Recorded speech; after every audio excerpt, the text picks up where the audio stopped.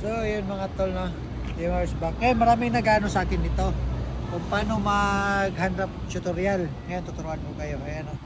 Kasi minsan may ano to, naglalagay ng padding. Ako naglalagay din ko ganito kasi mahaba kasi yung bandage ko, so tinupian ko siya.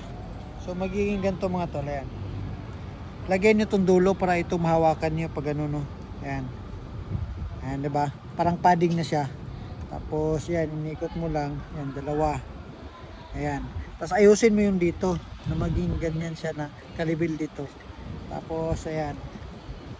Tapos itong kamay na to, ito. Kasi naano to talaga pag uppercut. So lagyan mo ng safety to. Pag ganyan. Ayan.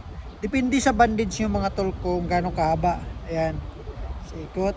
Tapos yan, diretso-diretso na. Ayan. Ikot ang naikot yan. Sana, para maging maganda yung ano ng kalabasan ng pag-drop. Ayan, diba? Ay, kung makikita nyo, tapos isagad nyo hanggang dito sa may ano ng buto nyo dito banda. Ayan, magiging ganyan siya mga tol.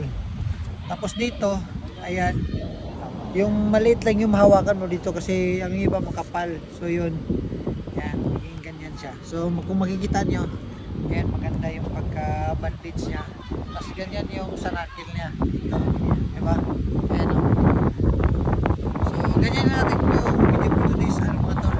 Today's video, yung tutorial natin sa pag-bandage ng kamay para safety. Kaya ito, mayroong ganito. Para maging safety talaga ito. Ano mo dito yung gilid. Kasi pag-upper pa lang, minsan tatama dito sa siko. Kaya may ganito siya. So, ayan natin po today's video mga tol. Maraming salamat sa inyo. So bro, parang